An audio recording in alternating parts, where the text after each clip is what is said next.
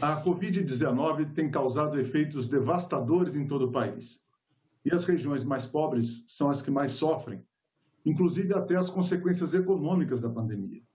Nesse cenário, que impacto a redução à metade do auxílio emergencial pode ter sobre a população e a economia de Pernambuco? Sobre este e outros temas, nós vamos conversar com o senador Humberto Costa, do PT, porque o desenvolvimento de Pernambuco é assunto de Estado.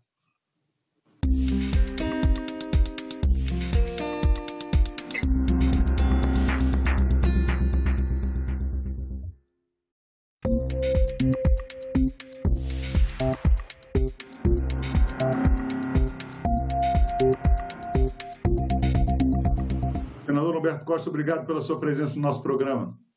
Obrigado, Silvio. Prazer poder falar com todos aqueles que acompanham a TV Senado. Obrigado da nossa parte, senador. Vamos começar falando sobre a questão da Covid-19, é um tema que, infelizmente, temos que tratar com todos os senadores.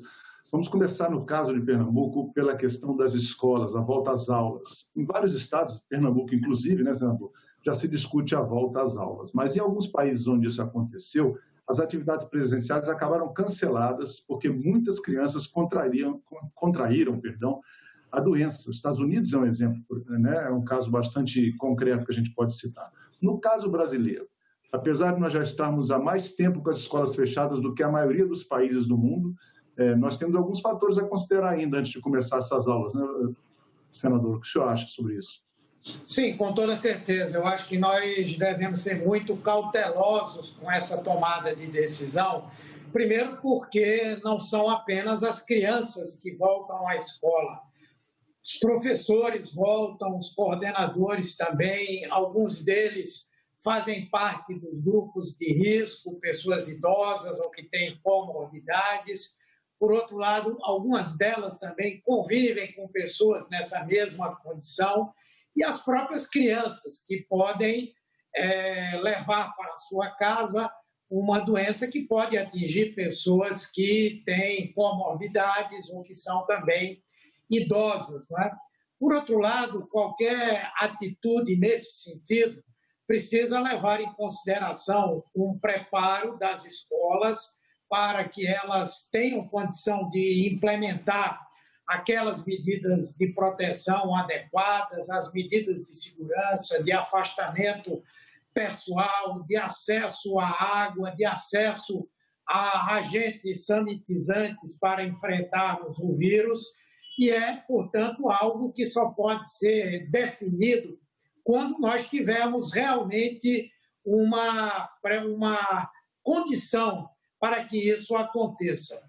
Por outro lado, também preocupa o fato de que todas as pesquisas de opinião feitas no Brasil até agora mostram uma cautela ainda maior dos familiares, né?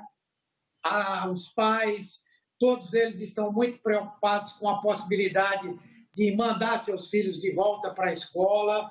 Agora mesmo nós já identificamos em Pernambuco e em vários estados do Brasil uma doença muito grave que se chama uma síndrome multissistêmica inflamatória pediátrica, que aqui em Pernambuco já matou uma criança, mas que já cometeu no Brasil mais de 170, e se acredita que esse número seja ainda maior. Então, juntando isso com a informação de que boa parte das crianças tem a doença sem apresentar sintomatologia, realmente é algo muito preocupante abrir sem essas garantias. Logicamente que é péssimo também para essas crianças, para o país, o fato de estarmos praticamente perdendo um ano letivo completo. Mas, mais uma vez, é o momento de nós colocarmos a vida, a saúde, a segurança acima de qualquer outro bem da sociedade. É verdade, senador. Senador, o presidente Bolsonaro vetou quase que integralmente um projeto que estabelecia um pacote de medidas para socorrer a agricultura familiar durante essa crise econômica da pandemia. Mas não são justamente os agricultores familiares que estão mais sofrendo nesse momento, porque são pequenos produtores, têm a dificuldade de escoar a produção, a queda da demanda natural, com as pessoas ficando em casa, com o isolamento, a dificuldade de você levar o produto para as pessoas. tudo isso não causou uma situação ainda mais grave para o agricultor familiar, senador? Sim, causou uma situação muito difícil, né? Os agricultores familiares, que aqui em Pernambuco, né, eles representam 80% daqueles que produzem em termos de agricultura, em termos de pecuária, portanto, é uma parcela muito expressiva do setor primário no nosso estado, que já vinham sofrendo com o fato de que o isolamento social ao qual eles também tiveram que se submeter fez com que eles tivessem um aumento na dificuldade de escoar a produção, de manter a própria produção, os preços também que terminaram no primeiro momento tendo uma queda significativa e, portanto, são perdas muito expressivas. E foi com essa preocupação que o Congresso Nacional aprovou um projeto que continha algumas questões fundamentais. A primeira delas foi a garantia de um auxílio emergencial para os trabalhadores da agricultura familiar. Um auxílio emergencial na faixa semelhante a esse auxílio emergencial que a população está tendo, portanto, R$3.000 por um período de 5 meses, podendo chegar até a R$6.000 quando dissesse respeito a mulheres chefes de família.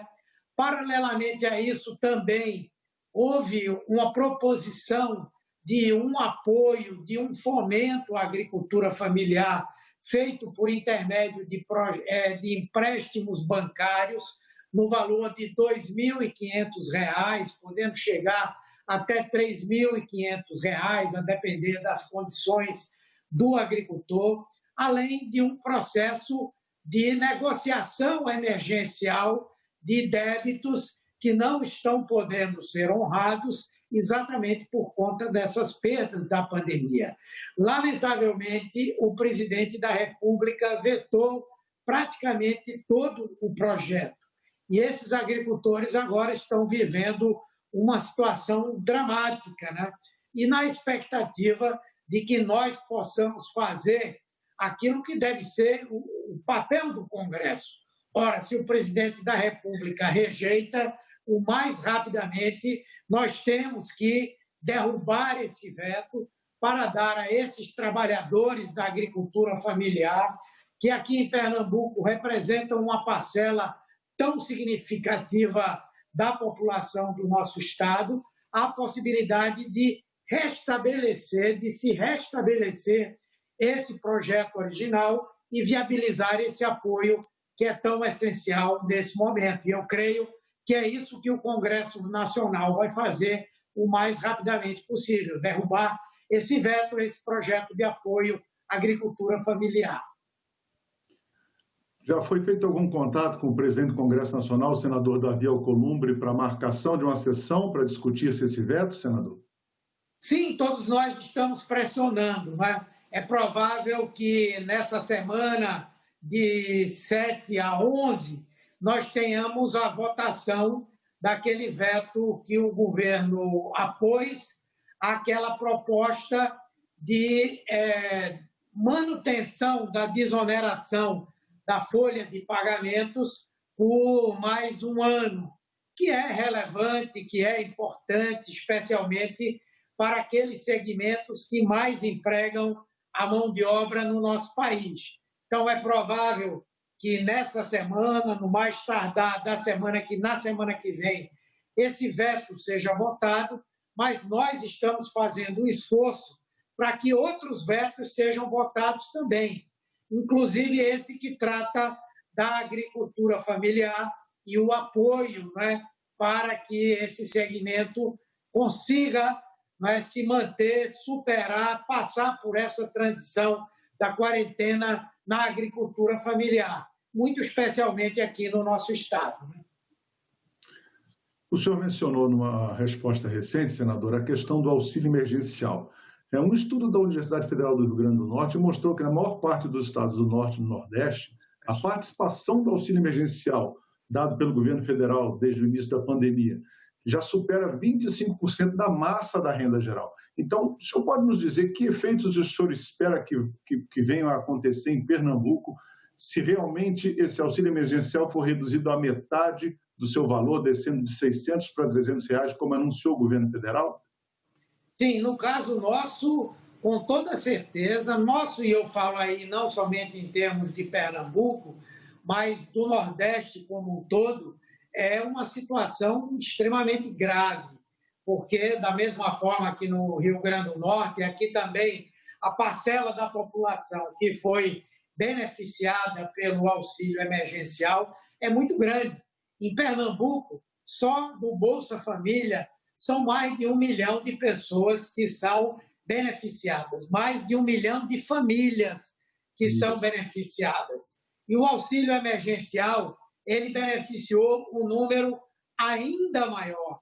Tanto é que a atividade econômica em muitas cidades do interior só pôde ser mantida porque houve o somatório de benefícios que a população tem. Por exemplo, o BPC, o benefício de prestação continuada, que atinge as pessoas idosas e as pessoas que têm deficiência física, o Bolsa Família e o auxílio emergencial. Isso permitiu que as feiras continuassem a existir, isso minimizou o prejuízo da agricultura familiar com essa pandemia, isso permitiu que o pequeno comércio nas cidades do interior, especialmente, pudesse se manter, e inclusive nas regiões metropolitanas, não é? A própria região metropolitana do Recife.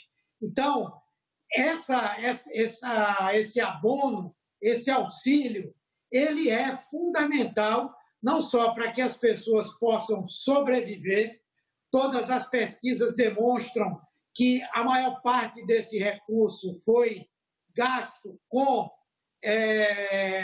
alimentação, portanto, o corte desses recursos vai produzir fome para uma parcela expressiva da população e vai diminuir a atividade econômica em toda essa nossa região. E nós sabemos, inclusive, que a redução dessa atividade econômica vai produzir mais desemprego no Brasil, né? E mais particularmente aqui no Nordeste e aqui em Pernambuco. Então, nós estamos lutando para que essa proposta do governo de reduzir de R$ 600 para R$ 300, ela não seja aceita pelo Congresso Nacional e nós possamos garantir até dezembro, pelo menos, que essas parcelas estejam na faixa dos R$ 600, como estiveram até agora. Sim, senador. Só lembrando aqui para os nossos espectadores, para as pessoas que nos acompanham nesse programa, o senhor já citou até algum número, mas 57% dos domicílios pernambucanos receberam algum tipo de auxílio do governo federal relacionado à pandemia da Covid. Quer dizer, 6 de cada 10 lares pernambucanos dependem realmente desse apoio, né? E isso vai ser muito, muito importante no momento da recuperação econômica do Estado. A gente viu o Produto Interno Bruto brasileiro sofrendo uma queda de 9,7% no segundo trimestre desse ano, consequência da pandemia. Aparentemente, em Pernambuco, essa queda foi ligeiramente menor, mas mesmo assim foi muito grande, né, senador? Como o Estado está se preparando para uma recuperação econômica depois que essa pandemia passar? Bem, essa perda foi menor exatamente porque boa parte das atividades econômicas do nosso Estado dependem da renda da população, não é? Os estados do Nordeste, eles têm uma atividade industrial, uma atividade econômica muito ligada à produção de bens de consumo popular e, portanto, essa ajuda emergencial que foi dada, ela foi muito importante para que as perdas do nosso Estado elas fossem um pouquinho menor, não é? E nós entendemos que, se de fato houver essa redução do auxílio emergencial, a capacidade nossa de retomar as atividades econômicas vai ser menor. Ainda mais quando o Estado está experimentando uma redução muito significativa da arrecadação de impostos estaduais, como o ICMS, outros impostos estaduais, que a população está adiando o seu pagamento, ou que o próprio governo do Estado propôs o adiamento. Então, realmente é um momento difícil. E nós acreditamos que vai ser muito difícil, isoladamente, qualquer Estado brasileiro conseguir se recuperar. É preciso que o governo federal, que o Estado nacional, ele promova algumas ações que façam com que a atividade econômica, mesmo que lentamente, possa se recuperar. Alguns recursos para os programas sociais, para as políticas sociais, devem ser mantidos, preservados. Alguns investimentos públicos precisam ser feitos, como a retomada de obras paradas, para que, de fato, nós possamos ter uma retomada gradual da atividade econômica e, com isso, nós possamos retomar, não é, o desenvolvimento do nosso Estado. Outra questão importante é que Pernambuco já vinha negociando de um longo tempo, não é, a possibilidade de empréstimos internacionais, que estavam muito bem articulados, que estavam na iminência de serem aprovados e que estavam submetidos unicamente, não é, às definições do Ministério da Economia, do Tesouro Nacional, em termos da capacidade de endividamento do Estado. E nós, no Congresso, inclusive, aprovamos medidas para facilitar isso. Só que, com a pandemia e a redução drástica da arrecadação do Estado, essa capacidade de endividamento ela tem que ser revista na mesma proporção. Senão, o Estado não poderá adquirir esses recursos que podem cumprir um papel importante na articulação, na realização de investimentos públicos e, com isso, uma retomada da atividade econômica do Estado de Pernambuco. Falando em grandes obras públicas, como o senhor sugeriu na resposta anterior, o senhor foi relator da Comissão de Acompanhamento das Obras da Transposição de Águas do Rio São Francisco na legislatura passada, né, senador? E qual é hoje a situação dessas obras no Estado, quando a gente sabe que a transposição das águas precisa, além da grande obra federal que vem há anos sendo realizada, precisa também de obras complementares que muitas vezes ficam a cargo do Estado, né, do governo do Estado. Como está a situação em Pernambuco? E na mesma questão hídrica, eu lhe pergunto, a seca no sertão pernambucano esse ano parece que deu uma trégua, né, senador? Em parte, não é? Mas, na verdade, nós já temos aí algo em torno de 1/3 dos estados em situação de emergência por conta da redução do volume de chuvas, né? Nós estamos em setembro, na expectativa de que até o final do ano nós possamos ter boas chuvas, não é? Mas, nesse momento, isso ainda não é real. Por outro lado, algumas medidas que foram tomadas pelo governo federal podem fazer com que os danos provocados por essa redução das chuvas possam ser maior. Por exemplo, aqui em Pernambuco, não é, nós tivemos 1/5, né, no Nordeste, aliás, apenas 1/5 das cisternas que foram construídas em 2014, durante o governo Dilma Rousseff, apenas 1/5 disso foi construído agora em 2019, apenas 30.000 cisternas. E as cisternas elas têm ocupado uma função importante no enfrentamento da seca, especialmente para a garantia da água para consumo humano. Em alguns casos também para algumas atividades pequenas de irrigação. Então, a redução de programas como esse causa, de fato, muitos problemas. Agora, Pernambuco teve uma vantagem que conseguiu concluir o principal ramal que passa por dentro do Estado, da transposição, que é o ramal leste, e que já atende uma boa parcela da população. É verdade que a principal obra para fazer chegar a água, especialmente na região mais seca do nosso estado, que não é o sertão, é o Agreste, não é? Que é a adutora do Agreste, é uma obra que nós estamos o tempo inteiro cobrando para que ela seja acelerada. Mas ela vem sendo feita, vem sendo realizada e ela é crucial para o enfrentamento, não é, da escassez hídrica no estado de Pernambuco.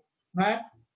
E nós temos trabalhado, não é, denunciado, inclusive, que esse governo tem feito mais barulho do que efetividade nas suas ações. O presidente Bolsonaro, por exemplo, inaugurou recentemente uma obra no Ceará que, desde a saída da presidenta Dilma, em 2016, ela já havia deixado com 94% da obra concluída. Então, mais do que festa, mais do que comemorações, nós queremos ações, que esses recursos sejam liberados, que o ramal do Agreste possa avançar e que nós possamos ter uma conclusão definitiva, não só do projeto principal, mas dos projetos complementares a essa transposição do Rio São Francisco. Senador, vamos conversar um pouco sobre educação pública no estado de Pernambuco. Os últimos resultados do IDEB mostraram que é o resultado do IDEB de 2017, esclarecendo as pessoas que nos acompanham, porque o 2019 ainda não finalizou todos os números. Então, estamos falando dos dados de 2017 que foram divulgados no ano passado. O Estado superou a meta prevista para ele no IDEB e até cresceu nos 3 níveis pesquisados, que é o ensino fundamental anos iniciais, o ensino fundamental anos finais e o ensino médio. Mas ficou bastante aquém ainda do índice que é considerado pelo menos bom, né, que seria o 6. Né? Um fator positivo é o que o desempenho dos alunos de Pernambuco nas provas de português e matemática melhora ao longo da sua trajetória escolar, ou seja, as notas no ensino nos anos iniciais são menores, melhoram no fundamental e melhoram ainda mais no ensino médio. Mas o que mais pode ser feito no estado de Pernambuco para que a educação pública melhore de qualidade ainda mais e a gente consiga pelo menos chegar nessa nota 6, senador? Bem, uma das coisas que já influenciou bastante na melhoria, não só da condição de avaliação de Pernambuco, mas de vários estados do Nordeste, foi a implementação do IDEB, né? Do Fundeb. Né? O Fundeb, como você se lembra, foi criado em 2006, né? E o Fundeb ele teve um aporte importante de recursos do governo federal, da União, e esses recursos, a maior parte deles, foi distribuído de acordo com as condições financeiras e econômicas de cada estado. Então, os estados mais pobres foram muito fortemente beneficiados, aqueles que gastavam menos per capita com a educação. O resultado é que você pega hoje no Nordeste, o Ceará, Pernambuco, o próprio Piauí e o Maranhão melhoraram bastante, né, na avaliação feita pelo IDEB. Agora, com a renovação do Fundeb, e inclusive com a constitucionalização dos valores da União para o Fundeb, não tenha dúvida de que nós vamos melhorar ainda mais esses indicadores. O governo federal vai sair de uma participação de 10% no atual Fundeb, vai chegar a 23% do financiamento total do fundo em 2026. Uma parte significativa desses recursos, 70%, vai ser gasto com os profissionais da educação. Esse é um dos grandes problemas dos estados mais pobres, não conseguirem atingir indicadores melhores, porque nós não conseguimos dar uma boa valorização aos profissionais, especialmente aos professores. Nós vamos ter recursos adicionais, porque hoje os estados e os municípios eles podem utilizar uma parte do recurso do Fundeb para pagar aposentadorias e pensões, e isso também não vai poder ser feito. Então, é um recurso a mais que vem. Então, eu não tenho dúvida de que, nesses próximos anos, com esse recurso adicional, com a implementação do custo aluno-qualidade, que trata da melhoria da infraestrutura das escolas, dos serviços que são oferecidos, nós vamos avançar bastante. E, em termos de Brasil, vamos avançar mais porque o Fundeb ele trazia uma injustiça também. Qual era a injustiça? Existem estados ricos que têm municípios pobres, e esses municípios pobres não podiam ser beneficiados porque, pelo critério anterior do Fundeb, esses municípios não podiam receber recursos. Isso vale para o Nordeste. Por exemplo, o Rio Grande do Norte, que tinha uma grande receita de royalties de petróleo, ele não recebia recursos do Fundeb. Agora, ele vai poder receber porque, apesar do Estado ter uma boa condição de investimento, de educação, por conta dessa referência do investimento per capita, mas muitos municípios não tinham isso. E agora eles poderão ter. Então, eu acredito muito que nós vamos, nos próximos anos, aí, por conta do novo Fundeb, ter uma condição de avanço importante do nosso Estado na área da educação. E o governo do Estado tem feito muito bem a sua parte. Senador Humberto Costa, muito obrigado pela sua participação no nosso programa. Eu que agradeço, um grande abraço para você e um abraço para todos os telespectadores da TV Senado. Nós também mandamos o nosso abraço para os nossos espectadores, lembrando que essa entrevista já está disponível para você compartilhar ou baixar no nosso site, senado.leg.br/tv, ou no nosso canal do YouTube. Se você prefere, temos em podcast também nas principais plataformas de áudio. Obrigado pela sua companhia e até o próximo Assunto de Estado.